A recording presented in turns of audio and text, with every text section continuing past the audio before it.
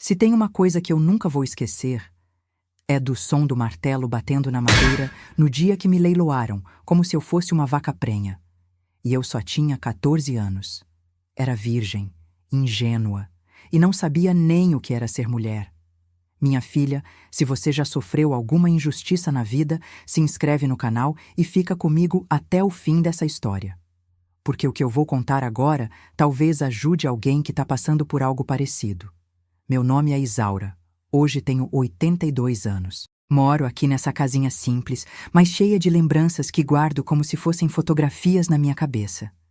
Tem coisas que a gente tenta esquecer, mas fica grudado na alma, sabe? É dessas coisas que eu vou falar hoje.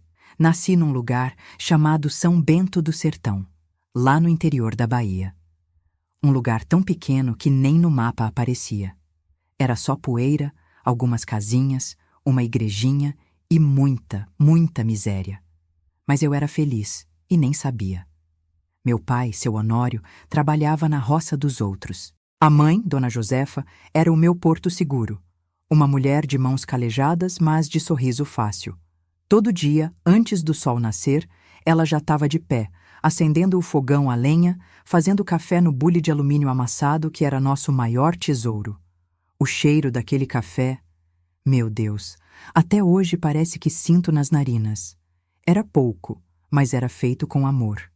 E a mãe sempre dizia: Isaura, minha filha, a gente não tem quase nada, mas tem Deus e tem amor. E isso já é muito. Eu era pequenininha ainda, tinha uns 6 anos, quando aprendi a tirar leite da vaca mimosa. O leite quentinho, espumando na caneca de lata, a mãe toda orgulhosa me olhando. Essa menina vai longe, ela dizia. Mal sabia ela que eu ia mesmo, mas não do jeito que ela sonhou. Nossa casa era de taipa, telhado baixo, chão batido. Não tinha luxo, mas tinha o carinho da mãe, que mesmo cansada, à noite me contava histórias. Histórias de princesas, de anjos, de pessoas boas. Foi nessas histórias que eu acreditei por muito tempo, até o dia que tudo mudou. A vida na roça era dura, mas tinha suas belezas. Acordava com o canto do galo, aquele cocoricó que era nosso despertador natural. Meu pai saía cedinho para trabalhar na terra dos outros, e eu ficava com a mãe. Nossa casa era pequena, mas para mim era um palácio. O chão de terra batida que a mãe varria todo dia deixava um cheirinho bom de terra molhada quando ela jogava água para baixar a poeira. A mãe, Dona Josefa, era minha sombra e minha guia. Mulher forte, de mãos calejadas e coração macio. Ela me ensinava tudo, a fazer sabão de cinzas, a tirar leite da vaca, a colher ovos sem espantar as galinhas. Chega devagarzinho, Isaura, ela dizia, e conversa com a galinha, assim ela deixa você pegar os ovinhos sem ciscar sua mão. O fogão a lenha era o coração da casa. Ficava aceso o dia inteiro, esquentando a água para o café, cozinhando o feijão que demorava horas, assando o pão de milho que a mãe fazia quando tinha fartura. O cheiro daquele café no bule, meu Deus! Era um café ralo, esticado com água porque não dava para todo mundo, mas tinha gosto de amor. Na época das chuvas, a casa ficava úmida e a mãe botava as roupas para secar perto do fogão. Eu adorava o cheiro de roupa limpa misturado com a fumaça da lenha. A mãe cantava enquanto lavava a roupa no córrego, músicas antigas que falavam de amor e de saudade. Ela tinha uma voz fininha, mas bonita, que me fazia sentir segura. Nas noites de lua cheia, a gente sentava na frente de casa. Pai chegava cansado, mas ainda tinha ânimo para contar histórias de assombração que me faziam tremer de medo e de alegria ao mesmo tempo. A mãe ria e dizia: Honório, para de assustar a menina. Mas eu pedia mais. Era nosso cinema particular. Tínhamos pouco, mas éramos felizes. Eu não sabia que era pobre porque todo mundo ao redor vivia igual. Achava que o mundo inteiro era assim, simples, com cheiro de terra, de café e de amor. Mas o destino tem dessas coisas de mudar tudo numa pancada só. Eu tinha 10 anos quando a mãe engravidou de novo. No começo, foi uma alegria. Ela costurou roupinhas de retalhos, fez um bercinho de madeira com a ajuda do pai. Eu passava a mão na barriga dela e sentia o bebê mexer. Vai ser seu irmãozinho, Isaura. Você vai ajudar a cuidar dele, ela dizia com um sorriso. Mas as coisas começaram a ficar estranhas. A mãe ficou amarela, magra, com olheiras fundas. Um dia, ela caiu na cozinha enquanto fazia almoço. Lembro de ver o sangue no chão e ela gemendo de dor. Saí correndo, gritando por socorro. Os vizinhos vieram, levaram ela para a casa da parteira, Dona Zefa. Fiquei sentada na soleira da porta da casa da parteira, ouvindo os gritos da mãe que rasgavam minha alma. Chorava baixinho, rezando todas as orações que conhecia. O pai chegou correndo da roça, com o rosto contorcido de preocupação. Ele nunca tinha ficado com medo de nada, mas naquele dia vi o medo nos olhos dele. Depois de horas que pareciam não ter fim, os gritos pararam. Um silêncio pesado caiu sobre tudo. A parteira saiu com o rosto molhado de lágrimas e o avental manchado de sangue. Ela só balançou a cabeça e disse: Deus quis assim, seu Honório. Minha mãe tinha morrido no parto. O bebê também não resistiu. Era um menino que nem chegou a conhecer o mundo. Enterramos os dois juntos, num caixãozinho improvisado que o carpinteiro fez de graça. O enterro foi simples, com poucas pessoas, mas muita dor.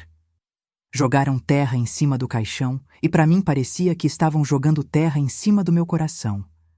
Naquele dia, voltamos para casa e o silêncio era tão grande que doía nos ouvidos. O fogão apagado, a casa vazia, sem o cheiro do café, sem a voz da mãe. O pai sentou num canto e ficou olhando para o nada, como se também tivesse morrido por dentro. Eu não sabia, mas aquele era só o começo de uma vida muito diferente da que eu tinha conhecido até ali. O mundo que eu achava que conhecia tinha acabado naquele dia. Depois que a mãe morreu, a casa ficou vazia de alegria. Meu pai, seu Honório, mudou da água para o vinho. Aquele homem que contava história e dava risada virou uma sombra calada. Chegava do trabalho e mal falava comigo. Comia olhando para o prato, depois saía para sentar na frente da casa e ficava fumando aquele fumo de corda que ele mesmo enrolava. Os olhos dele pareciam sempre longe, como se estivesse procurando minha mãe no horizonte. Eu tentava fazer as coisas do jeito que a mãe fazia. Acendia o fogão, tentava cozinhar o feijão, varria a casa. Mas não era a mesma coisa. A comida saía sem gosto, a casa sempre parecia suja.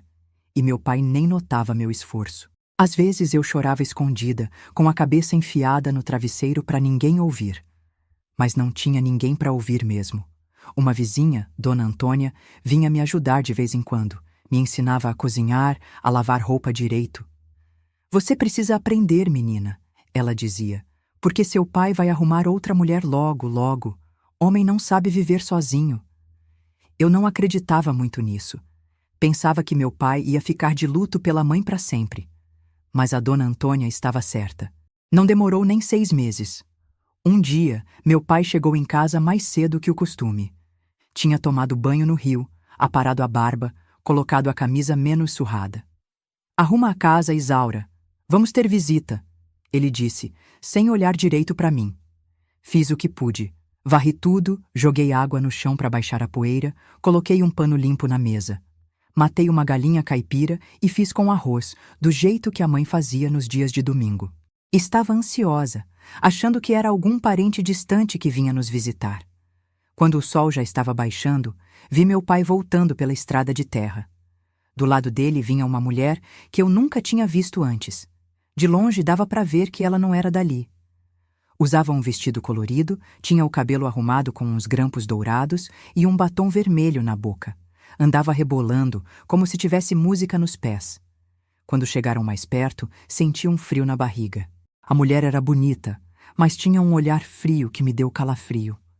Meu pai parecia outra pessoa perto dela, tentando se endireitar, ficar mais alto, falando grosso.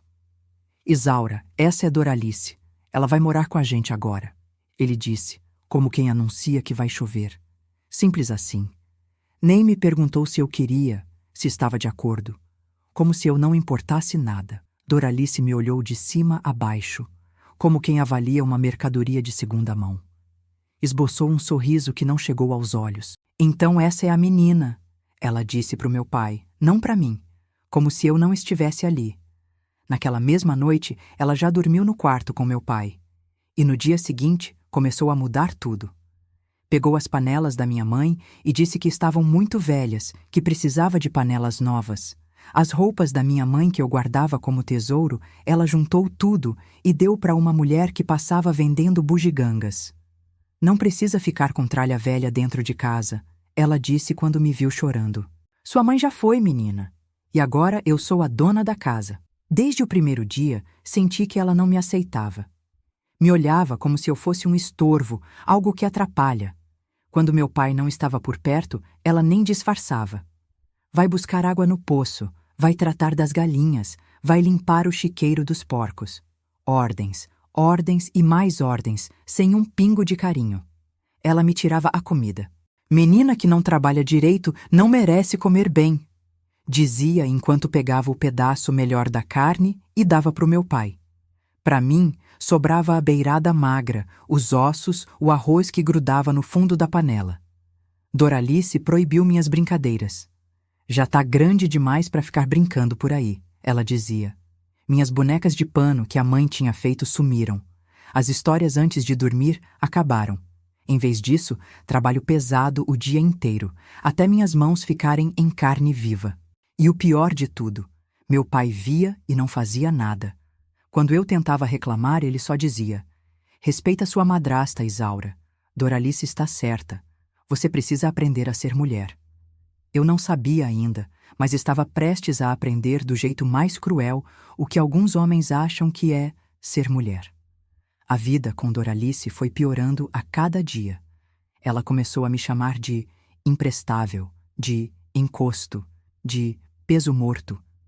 Todo dia tinha um apelido novo para me humilhar. Olha a sujinha chegando, ela dizia quando eu voltava de buscar água no poço, toda molhada e com barro nos pés. Parece uma porca no chiqueiro. Meu cantinho na casa, o quarto pequeno onde eu dormia desde que nasci, foi tomado por ela. Aqui vai ser o quarto de costura, ela disse um dia, jogando minhas coisas para fora. Você vai dormir na cozinha, no chão. É o que sobra para quem não serve para nada. E assim foi. Minha cama virou um pedaço de esteira velha estendida no chão batido da cozinha. Meu travesseiro era um saco de farinha enrolado. À noite, as baratas passeavam pelo chão, os ratos faziam festa nos cantos e eu encolhida, com medo de tudo, chorando baixinho para ninguém ouvir. O pai via tudo isso. Via e não fazia nada. Uma vez tentei falar com ele, quando Doralice não estava por perto. Pai, a Doralice está me tratando mal demais, não aguento mais dormir no chão. Ele nem levantou os olhos do prato. Ela é sua mulher agora, ele disse seco. Você tem que obedecer e não dar trabalho. Foi como se tivessem jogado um balde de água fria em mim. Entendi ali que tinha perdido meu pai também. Ele agora era só o marido da Doralice. Não era mais meu pai. Aos 13 anos, eu já não era mais criança. Acordava antes do sol nascer para acender o fogão, fazer café, buscar água. Depois ia lavar roupa no córrego. A roupa da Doralice era tanta. Vestidos, saias, blusas. Ela comprava tudo que passava pela porta. E eu tinha que lavar tudo na mão, com sabão de cinzas que ardia nas feridas dos meus dedos. Depois da roupa, tinha que cuidar dos porcos, limpar o chiqueiro fedorento, dar comida, separar os leitões. Meu vestido vivia sujo de lama, minhas unhas pretas de tanta sujeira. Não tinha tempo nem de tomar banho direito. À tarde, era hora de moer o milho para fazer farinha. Aquele moedor antigo de ferro, pesado, que machucava minhas mãos. Eu rodava e rodava aquela manivela até meus braços doerem tanto que pareciam que iam cair. Minhas mãos viravam ferida viva, sangrando nas juntas.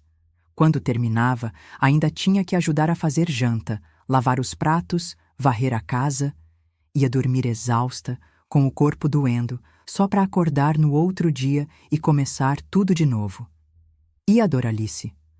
Ah, ela vivia como uma rainha. Passava o dia se abanando na rede, conversando com as vizinhas, experimentando os vestidos novos que comprava com o dinheiro que meu pai trazia do trabalho na roça. De vez em quando saía, toda arrumada, perfumada, e voltava tarde da noite. A comida boa era só para ela e para o meu pai. Para mim, sobrava o resto. O arroz do fundo da panela, o feijão ralo, os ossos sem carne.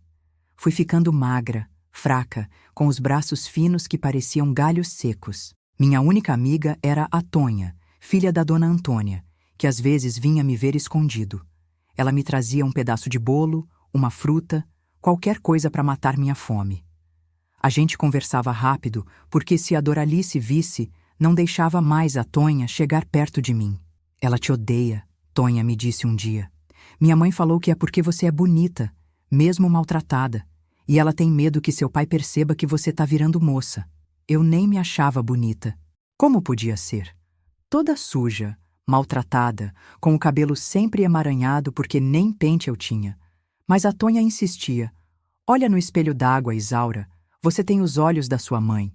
São olhos que brilham, mesmo na tristeza. Um dia, eu estava no quintal dando milho às galinhas quando ouvi a voz da Doralice vindo de dentro de casa. Ela conversava com uma vizinha que eu não conhecia, uma mulher de chapéu grande e voz estridente.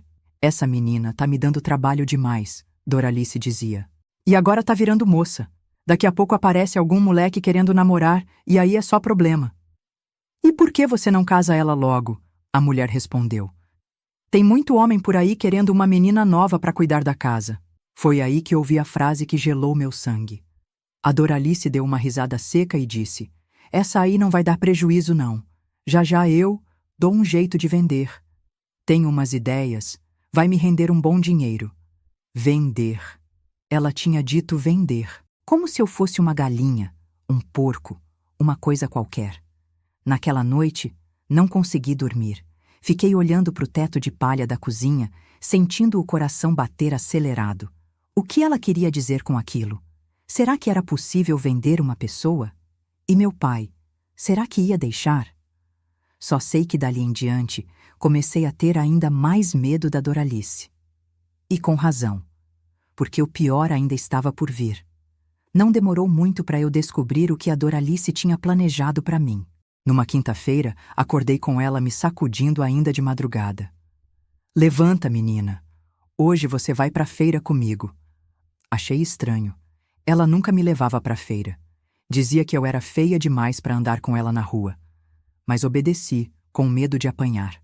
Ela me empurrou para um banho rápido no tanque e, para minha surpresa, me deu um vestido que não era meu.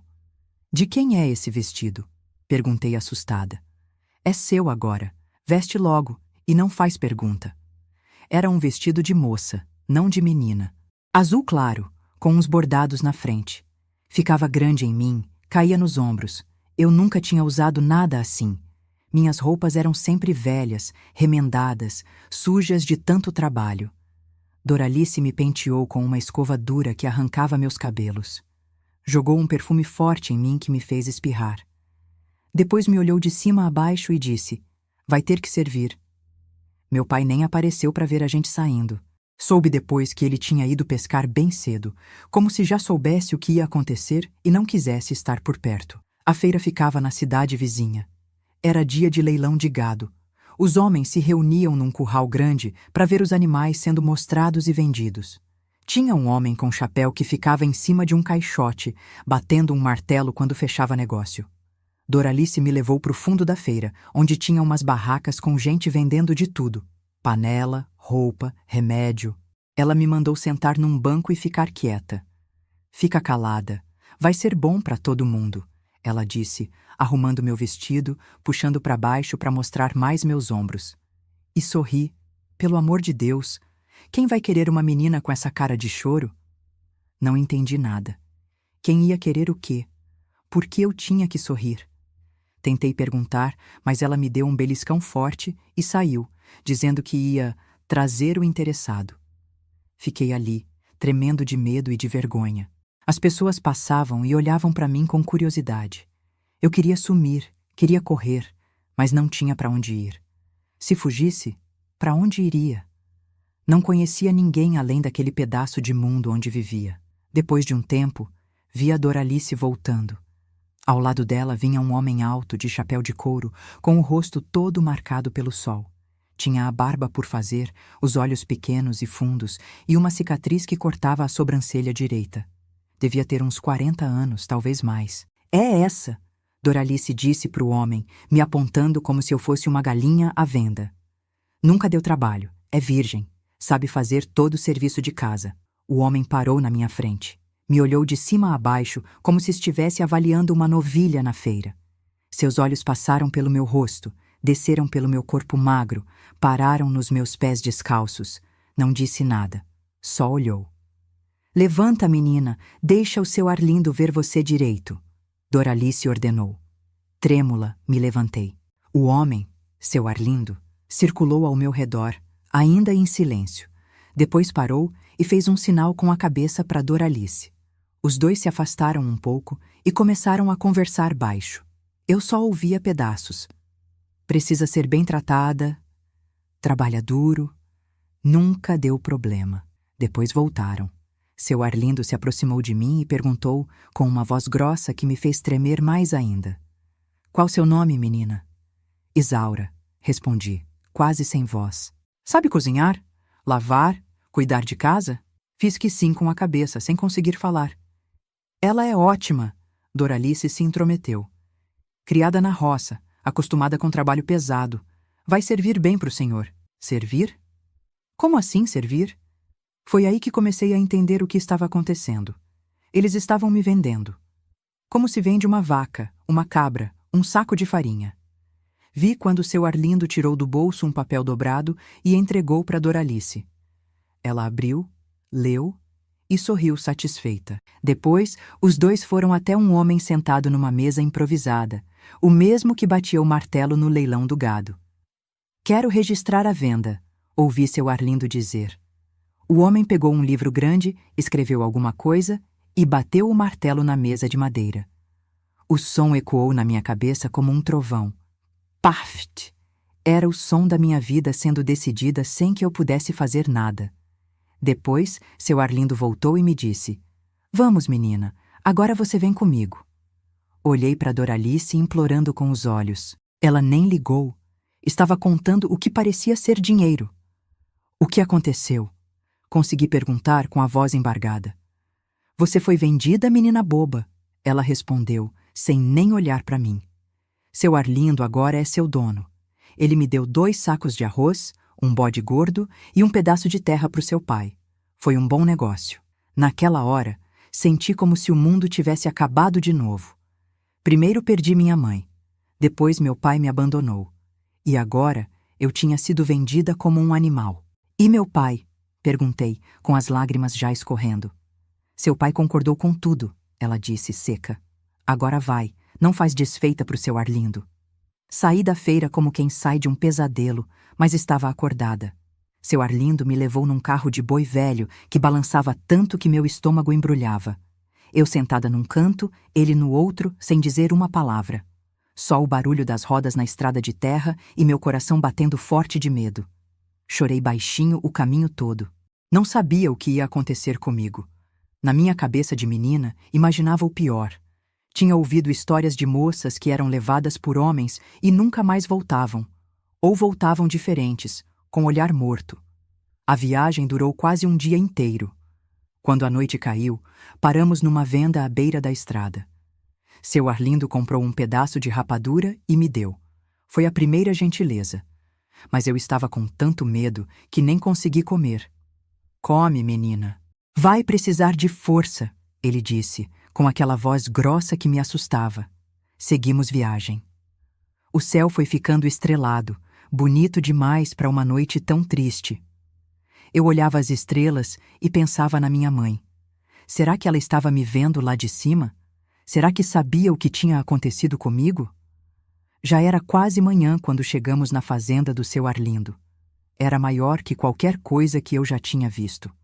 Uma casa grande de 2 andares, pintada de branco, com uma varanda na frente. Ao redor, um pasto enorme, curral, pomar, um açude que brilhava com o primeiro sol. Desci do carro de boi com as pernas dormentes. Uma mulher velha apareceu na porta da casa. Tinha cabelos brancos presos num coque, rosto enrugado como uma fruta seca. Essa é Dona Gertrudes, seu Arlindo me apresentou. Ela toma conta da casa. Vai te mostrar onde você vai ficar. Dona Gertrudes me olhou de cima a baixo, com cara de quem estava vendo uma assombração. Mas é só uma criança, seu Arlindo, ela falou surpresa. Não é criança mais não, ele respondeu. É moça já. Vai ficar aqui com a gente agora. Entrei na casa grande como quem entra num lugar sagrado, com medo até de pisar no chão. Tudo era tão diferente da minha casa. O chão era de tábua, não de terra batida. Tinha móveis bonitos, cortinas nas janelas, coisas que eu só tinha visto em foto de revista. Dona Gertrudes me levou para um quarto pequeno nos fundos da casa. Tinha uma rede armada, um banquinho de madeira, uma bacia de porcelana para lavar o rosto. Aqui é seu lugar, ela disse. Amanhã cedo a gente conversa. Agora descansa. Quando ela saiu, me joguei na rede e chorei tudo que estava preso na garganta desde a feira. Chorei pela minha mãe que tinha partido, pelo meu pai que tinha me vendido, pela vida que eu achava que ia ter dali para frente. O sol já estava alto quando acordei no dia seguinte. Tinha dormido de tanto chorar. Levantei assustada, achando que ia levar bronca por dormir até tarde, como acontecia na casa da Doralice. Mas ninguém veio me chamar. Lavei o rosto na bacia, ajeitei o vestido amassado e saí do quarto. A casa parecia vazia. Encontrei Dona Gertrudes na cozinha, mexendo num fogão enorme. Até que enfim acordou, ela disse, mas não parecia brava. Vem comer alguma coisa. Tá na pele e no osso. Me sentei numa banqueta perto do fogão. Ela me serviu um prato fundo de caldo de galinha com farinha, um copo de leite grosso, um pedaço de queijo. Comida que eu não via há anos. Comi devagar, com vergonha, mas com uma fome que nem sabia que tinha. Seu Arlindo saiu para ver o gado, Dona Gertrudes falou enquanto eu comia. Volta só de tarde, me pediu para te explicar as coisas, e explicou. Eu ia ficar ali, na fazenda, ia ter um teto, comida, roupa limpa. Em troca, ajudaria nas tarefas da casa. Seu Arlindo é homem sério, ela disse. Nunca traz mulher para dentro de casa. Você é a primeira. Senti um frio na barriga. E o que ele quer de mim? Perguntei, tremendo. Dona Gertrudes me olhou com olhos cansados, mas gentis. Não sei ao certo, menina. Mas se conheço bem o patrão, ele não vai te fazer mal. Não é homem disso. No fim da tarde, seu Arlindo voltou. Entrou na casa com as botas sujas de barro, o chapéu na mão. Me viu sentada na cozinha e fez um sinal com a cabeça para eu seguir ele. Fomos até uma sala nos fundos, que parecia um escritório. Ele se sentou numa cadeira grande de couro e me mandou sentar na frente dele. Agora vamos combinar as coisas. Ele disse direto. Você vai ficar aqui. Vai ter seu canto, sua comida, sua roupa. Vai ajudar a Gertrudes na casa e vai estudar. Estudar? Essa palavra me pegou de surpresa. Sim, estudar, ele continuou, vendo minha cara de espanto. Vou trazer um professor para te ensinar a ler direito, fazer conta, essas coisas. Mas tem regras. Você vai me respeitar. Vai fazer o que eu mandar. E nunca, nunca sai sem minha ordem. Entendeu? Fiz que sim com a cabeça. Ainda sem entender direito o que estava acontecendo. Por que aquele homem tinha me comprado? Por que queria que eu estudasse? O que ele realmente queria de mim? Tem uma coisa, ele acrescentou com a voz mais baixa. Seu quarto tem chave por dentro. Use ela todas as noites. E saiu, me deixando sozinha com minhas perguntas. Os primeiros meses na fazenda foram estranhos. Eu esperava o pior a cada dia, mas o pior não vinha. Seu Arlindo quase não parava em casa. Saía cedinho, voltava tarde, comia calado e ia dormir no quarto dele, do outro lado da casa. Às vezes ficava dias fora, resolvendo negócios em outras cidades. Eu ajudava a Dona Gertrudes na cozinha, na limpeza, na horta. Ela foi me ensinando as coisas devagar. Não é assim que lava prato, menina. Não é assim que dobra lençol. Mas nunca com raiva, nunca com aquela crueldade da Doralice. Parecia mais uma avó ensinando uma neta. Um dia, logo no início, um peão da fazenda tentou entrar no meu quarto. Eu estava sozinha, Dona Gertrudes tinha ido comprar mantimento na cidade. Tranquei a porta como seu Arlindo tinha mandado e fiquei quietinha, tremendo de medo. O homem bateu, depois desistiu. No dia seguinte, não vi mais esse peão. Soube depois que seu Arlindo tinha mandado ele embora com um chute na bunda. Ninguém mexe com a menina, ele tinha dito para os outros. Quem mexer vai embora com uma mão na frente e outra atrás. Depois disso, nenhum homem na fazenda olhou torto para mim. Era como se eu tivesse uma proteção invisível. Os peões tiravam o chapéu quando me viam passar, falavam "Bom dia, Dona Isaura", com respeito. Eu, que tinha sido tratada como lixo por tanto tempo, de repente era tratada como gente. Um dia, seu Arlindo chegou da cidade com uma surpresa. Eram livros. Livros de histórias, livros de estudar, cadernos novos, lápis coloridos. Coisas que eu nunca tinha tido na vida. Chegou o professor novo na cidade, ele me disse. Vai vir aqui 3 vezes por semana te ensinar. E assim foi. Professor Juvenal, um homem de óculos e cabelo ralo, vinha na fazenda e sentava comigo embaixo de uma mangueira para me ensinar a ler, escrever, fazer conta. Eu já sabia um pouquinho porque minha mãe tinha me ensinado as letras, mas era quase nada. Com o professor, fui aprendendo de verdade. Era como se um mundo novo se abrisse para mim. Eu, que só conhecia trabalho pesado e humilhação, de repente podia viajar nas histórias dos livros, podia entender as palavras escritas, podia sonhar com coisas diferentes. À noite, depois que todo mundo dormia, eu ficava lendo com a luz fraca de um lampião. Lia e relia as mesmas histórias, decorava poemas, sonhava acordada com lugares distantes que os livros descreviam. Seu Arlindo quase nunca falava comigo, mas de vez em quando eu pegava ele me olhando de longe, com um olhar diferente. Não era o olhar de homem que quer mulher. Era mais como alguém que olha para uma planta que plantou e vê ela crescendo. Aos poucos, fui entendendo quem era seu Arlindo de verdade. Um homem duro, fechado, que não sabia mostrar sentimento. Mas não era cruel, pelo contrário, tinha uma bondade escondida debaixo daquela casca grossa. Soube por Dona Gertrudes que ele tinha sido casado uma vez há muito tempo. A mulher morreu de febre no parto, junto com o bebê. Desde então, vivia sozinho na fazenda, sem querer saber de mulher nenhuma. Por que ele me comprou então?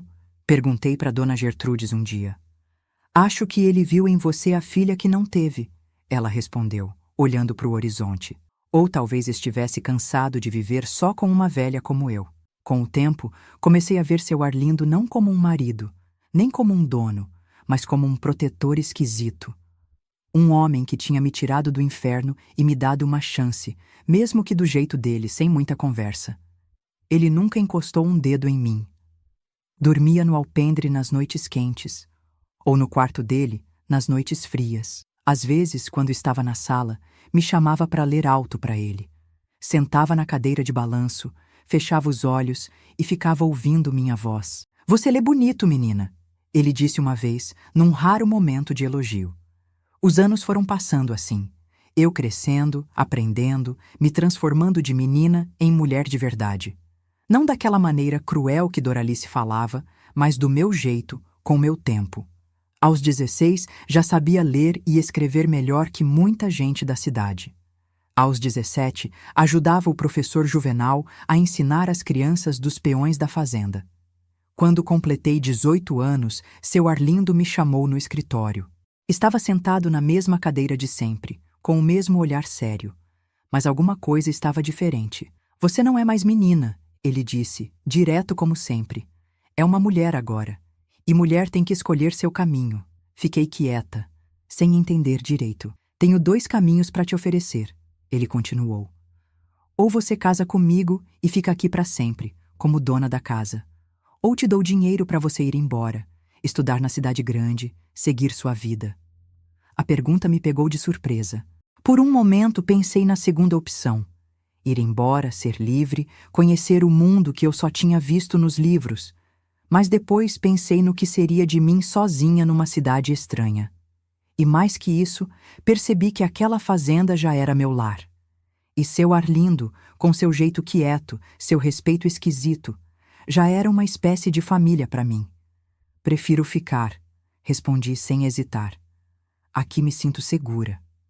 Ele apenas assentiu com a cabeça, como se já esperasse essa resposta. Nos casamos 1 mês depois, num dia de semana qualquer. Nada de festa, nada de igreja. Só fomos ao cartório da cidade, onde seu Arlindo conhecia o tabelião. Eu com um vestido simples que Dona Gertrudes tinha costurado, ele com a mesma roupa de sempre, só que mais limpa. O tabelião era um homem gordo, de óculos pequenos na ponta do nariz. Olhou para mim, olhou para os papéis e perguntou: "Tem certeza que quer casar, moça? Ninguém tá te obrigando?" Naquele momento, pensei em tudo que tinha passado. Na minha vida com a Doralice, no dia do leilão, nos anos na fazenda. Não era um amor de romance, desses de história. Mas era uma escolha minha, talvez a primeira escolha de verdade que eu fazia na vida. "Tenho certeza", respondi, com uma firmeza que nem sabia que tinha. Assinamos os papéis, seu Arlindo me deu uma aliança simples, de ouro fino, e pronto. Éramos marido e mulher perante a lei. Voltamos para a fazenda como se nada tivesse mudado. Eu continuei dormindo no meu quarto, ele no dele. A única diferença é que agora eu era Dona Isaura para todo mundo. Os peões me tratavam com ainda mais respeito. As mulheres da região vinham me visitar, trazer presentes, conhecer a esposa do seu Arlindo. Seu Arlindo continuava respeitoso, nunca teve pressa. Às vezes vinha conversar comigo na varanda, no fim da tarde. Falava da fazenda, dos negócios, perguntava das minhas leituras. Aos poucos, foi se abrindo mais, contando histórias de quando era jovem, da família dele que tinha morrido toda numa enchente, deixando só ele vivo. Um dia, ele me trouxe um presente da cidade. Era uma caixinha de música, dessas que tem uma bailarina que roda quando abre. Eu nunca tinha visto nada igual. Fiquei encantada como criança. "É linda", falei com os olhos marejados. "Obrigada." Foi a primeira vez que vi seu Arlindo sorrir de verdade. Um sorriso pequeno, tímido, que apareceu e logo se escondeu. Mas estava lá. Naquela noite, depois do jantar, ele veio até a porta do meu quarto. Bateu de leve e esperou eu abrir. Estava com o chapéu na mão, como sempre ficava dentro de casa. "Posso entrar?" perguntou, com a voz mais baixa que o normal. Deixei. Era meu marido, afinal. E mais que isso, depois de tanto tempo, eu já não tinha medo dele. Pelo contrário, via nele uma segurança que nunca tinha encontrado em outro homem. Ele entrou, sentou na beirada da cama, olhou para o chão. Ficamos em silêncio por um tempo que pareceu uma eternidade. "Você é minha mulher agora", ele disse finalmente. "Mas só no papel. Quero que seja de verdade, se você quiser também." Naquela noite, pela primeira vez, dormi com seu Arlindo. Não foi como eu imaginava, com força e dor, como as moças do povoado falavam. Foi devagar, com cuidado, com um carinho desajeitado de homem que não sabe bem como mostrar o que sente. E assim foram muitas noites. Às vezes ele vinha para o meu quarto, às vezes eu ia para o dele. Sempre com respeito, sempre com calma. A convivência foi virando carinho. O carinho foi virando amor. Um amor silencioso, sem grandes declarações, mas verdadeiro. 1 ano depois de casados, engravidei. Quando contei para seu Arlindo, vi algo que nunca tinha visto antes. Lágrimas nos olhos daquele homem durão. Ele colocou a mão na minha barriga ainda lisa e disse: "Vai ser a coisa mais linda desse mundo." A gravidez foi tranquila. Dona Gertrudes cuidava de mim como se eu fosse uma boneca de porcelana. Seu Arlindo passou a ficar mais tempo em casa, sempre por perto, preocupado com qualquer gemido meu. Quando a barriga começou a crescer, ele colocava o ouvido nela para escutar o bebê. "Tá chutando", dizia com orgulho, como se fosse o primeiro pai do mundo a sentir isso. No dia do parto, seu Arlindo estava mais nervoso que eu. Andava de um lado para o outro na frente da casa, enquanto a parteira e Dona Gertrudes me ajudavam dentro do quarto. Ouvi ele discutindo com os peões que queriam que ele fosse resolver um problema com o gado. "Hoje não saio daqui nem que o mundo acabe", ele gritou. Nossa filha nasceu numa madrugada de lua cheia. Uma menina perfeita, com os olhos do pai e, diziam, o sorriso da mãe. Minha mãe, Josefa, que ela nunca chegou a conhecer. Quando seu Arlindo entrou no quarto e viu a neném nos meus braços, chorou sem vergonha.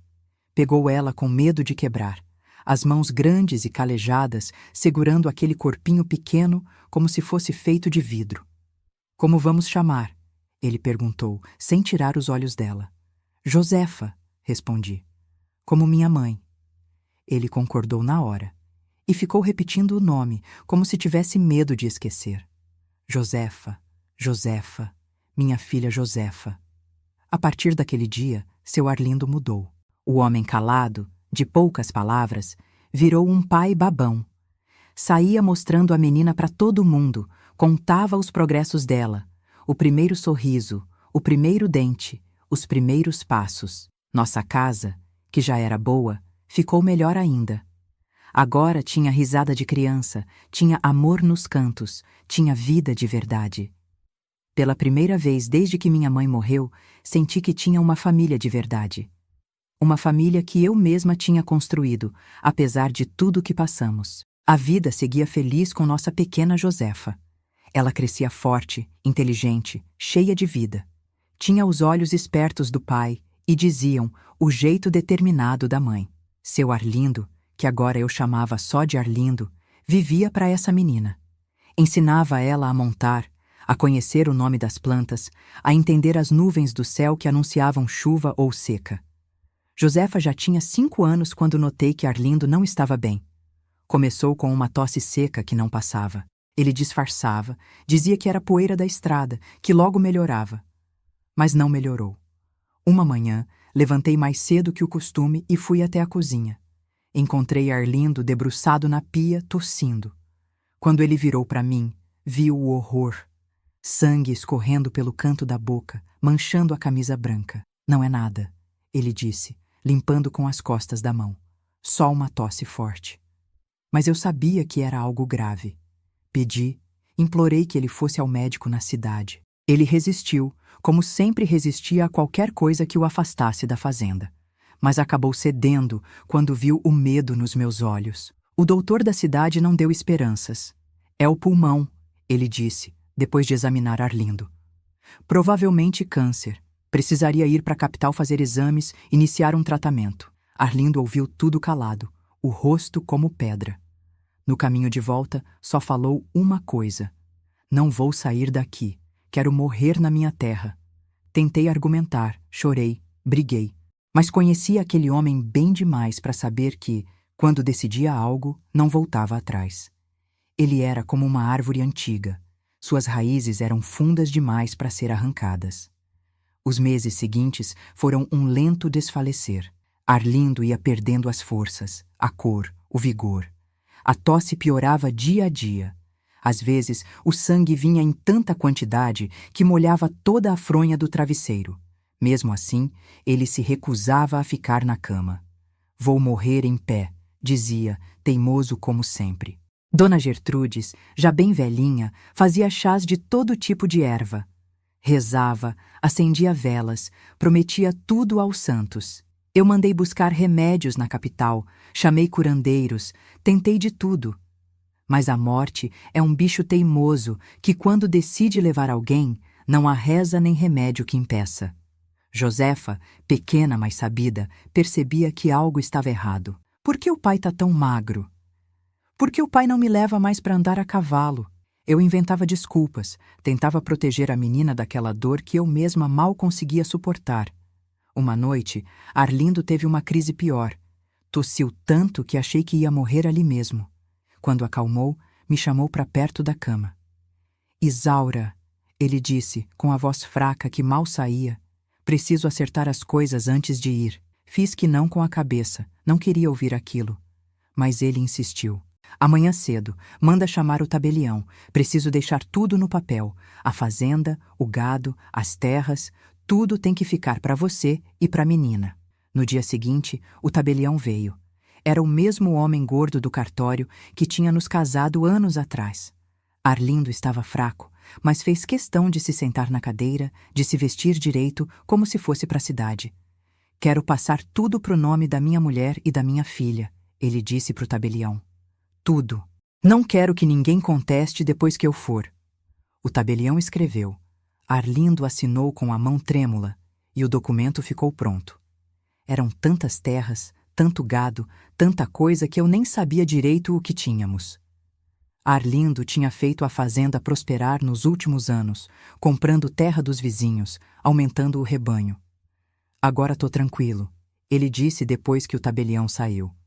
Sei que vocês duas vão ficar bem. A partir desse dia, ele piorou rápido. Era como se, tendo resolvido o que o preocupava, seu corpo tivesse desistido de lutar. Em menos de uma semana, já não levantava mais da cama. Eu ficava do lado dele dia e noite, dando água na boca, limpando o suor da testa, segurando sua mão. Uma madrugada, ele acordou de repente. Estava mais lúcido que nos dias anteriores. Pediu para ver Josefa. Acordei a menina, que dormia no quarto ao lado, e levei até ele. Vem cá, minha pequena, ele chamou, com um fio de voz. Josefa, sonolenta, sentou na beirada da cama. Ele tocou o rosto dela com os dedos ossudos, acariciou o cabelo. Você cuida da sua mãe, viu? E ela vai cuidar de você. Vocês duas são fortes, mais fortes que qualquer homem dessa terra. A menina não entendia bem, mas fez que sim com a cabeça. Ele sorriu, um sorriso cansado, mas cheio de amor. Depois que Josefa voltou a dormir, Arlindo segurou minha mão com mais força que nos últimos dias. Isaura, ele disse, quero te dizer uma coisa. Me aproximei para ouvir melhor. Naquele dia, na feira, quando te vi pela primeira vez, algo me disse que você era especial. Não comprei você como se compra um animal. Comprei sua liberdade daquela mulher terrível. As lágrimas escorriam pelo meu rosto, caíam na nossa mão entrelaçada. Você foi o único acerto da minha vida, ele continuou, já quase sem voz. O único. Foram suas últimas palavras. Antes do amanhecer, Arlindo partiu. Quieto, sem alarde, do jeito que tinha vivido. Apenas parou de respirar, como quem termina um trabalho e vai descansar. Enterramos ele no alto do morro, de onde dava para ver toda a fazenda. Coloquei uma cruz de madeira e plantei um pé de ipê ao lado. Prometi que, quando o ipê florisse, traria Josefa para ver as flores amarelas que o pai tanto gostava. Depois que Arlindo partiu, tive que aprender a ser forte de um jeito diferente. Não era mais aquela menina assustada do leilão, nem a esposa protegida do fazendeiro. Era uma viúva com uma filha pequena e uma fazenda enorme para administrar. Muita gente achou que eu não ia dar conta. Os homens da região vieram com conversas moles, achando que eu ia me desesperar e vender tudo barato, ou que ia precisar de um marido novo para tocar os negócios. Dona Isaura, mulher sozinha não aguenta o peso de uma fazenda desse tamanho, diziam, fingindo preocupação. Mas eu tinha aprendido muito com Arlindo. Conhecia cada palmo daquela terra, cada cabeça de gado, cada negócio que ele fazia. E mais que isso, tinha a força de quem já tinha sobrevivido ao pior. Agradeço a preocupação, eu respondia. Mas não tô sozinha. Tenho minha filha e tenho a memória do meu marido me guiando. Os primeiros anos foram duros. Tive que brigar para ser respeitada, tive que mostrar que sabia o que estava fazendo. Josefa crescia forte, esperta, me ajudando do jeito dela. Dona Gertrudes, mesmo velhinha, continuava firme ao meu lado. A fazenda não só sobreviveu, como prosperou. Ampliei o rebanho, plantei mais roças, contratei mais peões. A casa, que já era bonita, ficou ainda mais bonita com os cuidados que eu tinha.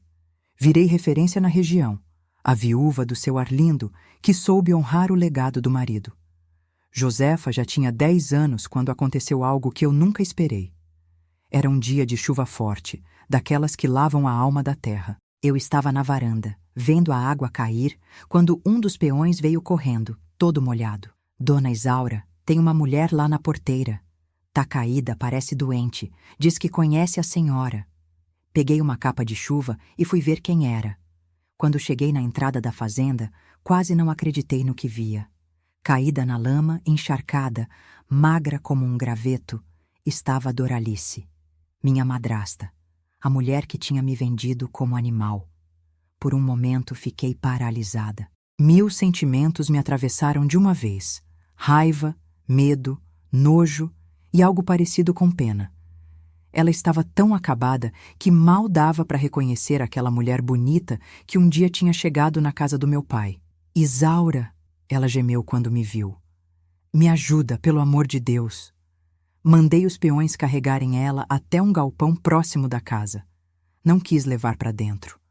Algo em mim resistia a deixar aquela mulher entrar no meu lar, tocar nas minhas coisas, chegar perto da minha filha. No galpão, dei ordem para limparem ela, darem roupa seca, um pouco de comida. Depois que ela estava mais apresentável, fui conversar. "O que você quer aqui?" Perguntei, sem rodeios. Doralice estava irreconhecível. O rosto cheio de rugas, os cabelos brancos e ralos, as mãos trêmulas. Parecia ter envelhecido 30 anos, não 10. "Vim pedir ajuda", ela disse com a voz fraca. "Tô doente, não tenho ninguém no mundo." Ela me contou que meu pai tinha largado ela há anos, fugido com outra mulher mais nova. Ela ficou sem nada, foi morar numa tapera no fim do mundo. Acabou pegando uma doença que os médicos não sabiam curar. Estava morrendo aos poucos. "Soube que você tinha se dado bem na vida", ela continuou, "que tinha ficado rica. Vim pedir um cantinho para morrer em paz." Olhei bem nos olhos dela, aqueles mesmos olhos frios que um dia me encararam com desprezo. Agora estavam vazios, derrotados. "Por que eu ajudaria você?" perguntei. "Você me tratou como lixo, me vendeu como se eu fosse um animal." Ela baixou os olhos, parecia envergonhada pela primeira vez na vida. "Eu sei", murmurou. "Fiz muita maldade, mas estou pagando por tudo agora. Olha o que sobrou de mim." Naquele momento, Josefa apareceu na porta do galpão. Tinha vindo me procurar, curiosa com a movimentação. Era uma menina linda, de cabelos compridos e olhos vivos como os do pai. "Quem é essa, mãe?" ela perguntou, olhando curiosa para Doralice. Senti um aperto no peito. Minha filha, tão pura, tão protegida de todo o mal, diante da mulher que tinha tentado destruir minha vida. Duas pontas da minha história se encontrando. "É uma pessoa que está precisando de ajuda", respondi, segurando a mão dela. "Vamos lá para casa. A chuva está apertando." Voltamos para casa, deixando Doralice no galpão. Passei a noite pensando no que fazer. Uma parte de mim queria vingança. Queria mandar ela embora debaixo de chuva, sentir o gosto de devolver um pouco do sofrimento que ela me causou.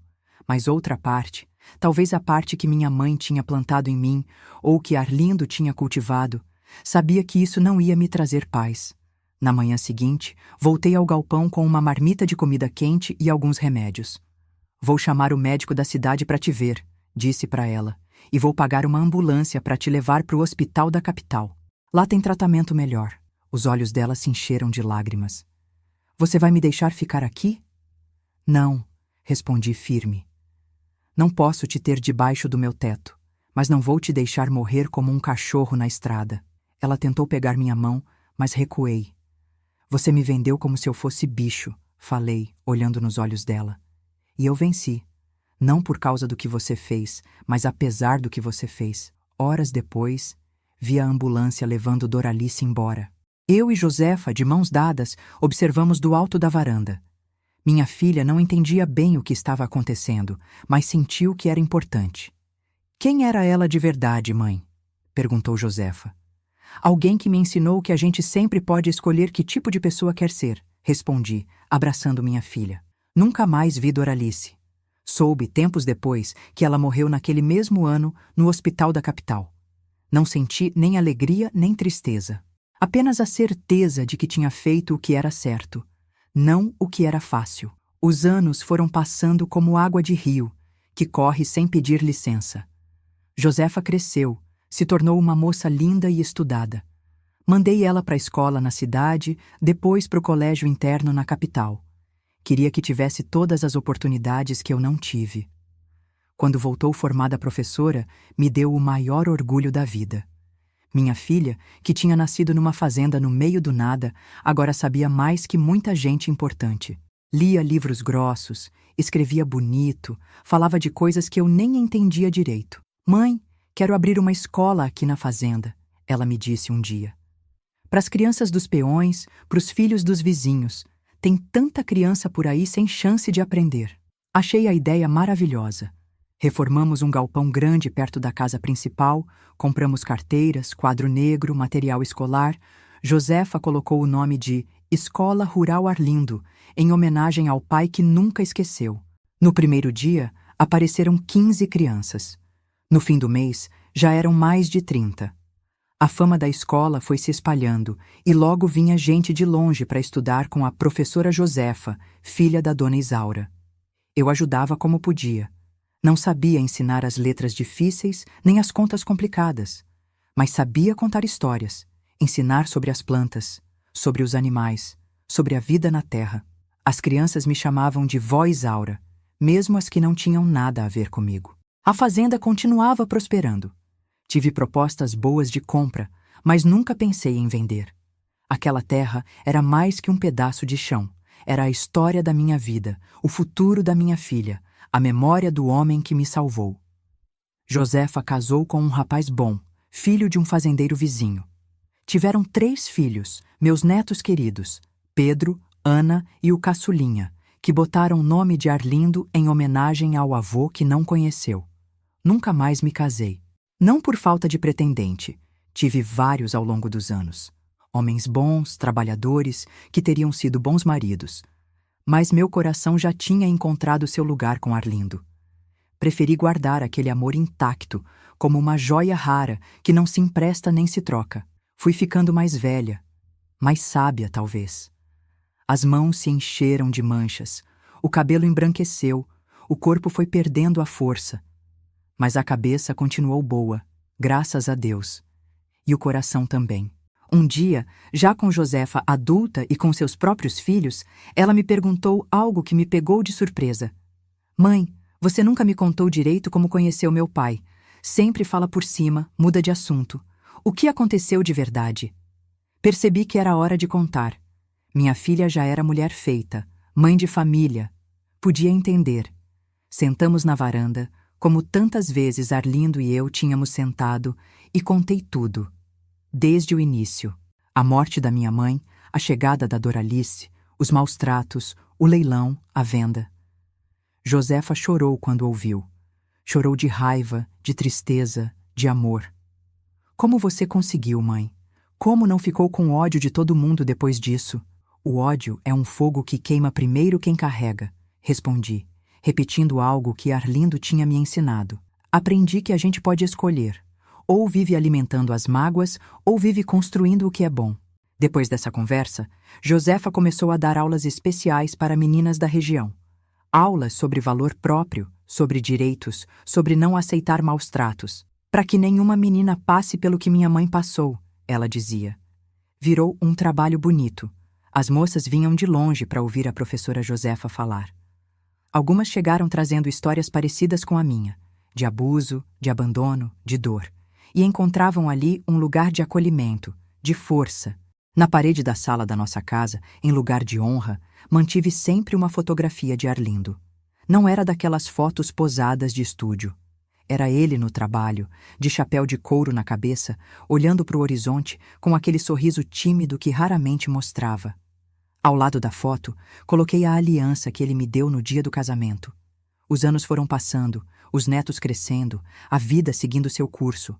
A fazenda, que um dia foi só um lugar que me dava medo, virou um pedaço de paraíso. As árvores que Arlindo plantou deram sombra farta, os frutos alimentaram gerações, o gado se multiplicou. A vida que começou tão dura para mim, aos poucos foi ficando mais doce. Não sem dores, porque a vida tem dessas coisas, né? Mas com a certeza de que cada passo que dei, mesmo os mais difíceis, me trouxeram até aqui. Hoje, quando olho para trás, vejo que aquela menina assustada do leilão, que achava que o mundo tinha acabado, conseguiu construir uma vida bonita. Uma vida que vale a pena ser contada. Uma vida que virou exemplo para muitas outras mulheres. Às vezes, quando tô sozinha, sinto a presença de Arlindo por perto. Não é coisa de assombração, não. É mais como uma certeza no coração de que o amor verdadeiro não acaba. Ele muda de forma, vira memória, vira saudade, mas não desaparece. E a maior prova disso são os olhos do meu neto caçula, o pequeno Arlindo. Olhos iguaizinhos aos do avô. Olhos que me dizem que a história continua, que o que plantamos dá fruto e que nenhum sofrimento é em vão quando a gente aprende com ele. Se eu soubesse que depois daquele leilão eu ia ter uma vida melhor que muito rica por aí, eu não teria chorado tanto naquela rede. Mas eu chorei. E hoje, olhando para trás, Vejo que Deus me botou no caminho certo, mesmo no meio do mato. A vida tem dessas coisas engraçadas, sabe? Aquilo que parece o fim da linha, muitas vezes é só uma curva do caminho.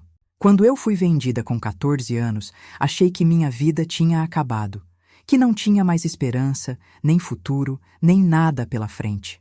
Mas olha só o que veio depois: um lar, uma família, uma vida digna.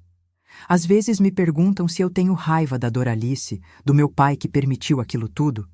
No começo tinha, como não ter?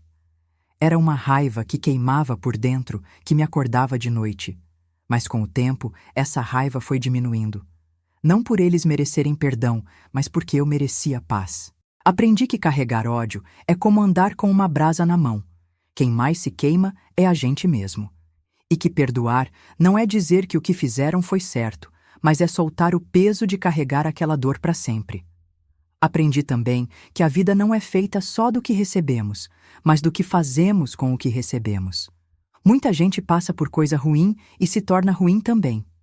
Eu decidi que não ia deixar o mal que fizeram comigo me transformar em alguém igual a eles. Quando olho para os meus netos hoje, para minha filha Josefa, para essa fazenda que ajudei a fazer prosperar, sinto orgulho. Não é um orgulho vaidoso, não. É aquele orgulho bom, de quem sabe que superou o pior e construiu algo bonito no lugar. Se o seu Arlindo estivesse aqui, acho que também sentiria orgulho. Daquele jeito calado dele, sem muitas palavras, mas com os olhos brilhando. Ele me deu uma chance quando ninguém mais daria. Me respeitou quando eu nem sabia o que era respeito. Me amou do jeito dele, sem pedir nada em troca. Tem gente que diz que tive sorte, que podia ter caído nas mãos de um homem mau, que podia ter tido um destino terrível. E é verdade, podia. Mas também sei que não foi só sorte. Foi a mão de Deus me guiando. Foi minha mãe, lá do céu, olhando por mim. Foi a força que descobri que tinha, mesmo sendo tão pequena e assustada. Hoje, com 82 anos nas costas, sentada na cadeira de balanço dessa varanda que já viu tanta história passar, olho para o horizonte e sinto paz. Não é uma paz sem saudade, porque a saudade sempre aperta. Do Arlindo, da minha mãe, até da dona Gertrudes que nos deixou faz tempo. Mas é uma paz de quem pode olhar para trás sem vergonha e olhar para frente sem medo. A menina de 14 anos, vendida como bicho num leilão, virou uma mulher, mãe, avó, dona de suas escolhas e seu destino. A menina que um dia não teve nem o direito de dizer não, hoje é respeitada, ouvida, amada. Se tem uma coisa que quero deixar como mensagem, principalmente para as moças e mulheres que estão me ouvindo, é que nunca percam a esperança. Mesmo nos momentos mais escuros, mesmo quando parece que não tem saída, mesmo quando o mundo todo vira as costas. A esperança é como aquela estrelinha fraca no céu escuro. Às vezes é só o que temos, mas é o suficiente para não nos perdermos na escuridão. E também quero dizer que não importa o que fizeram com você.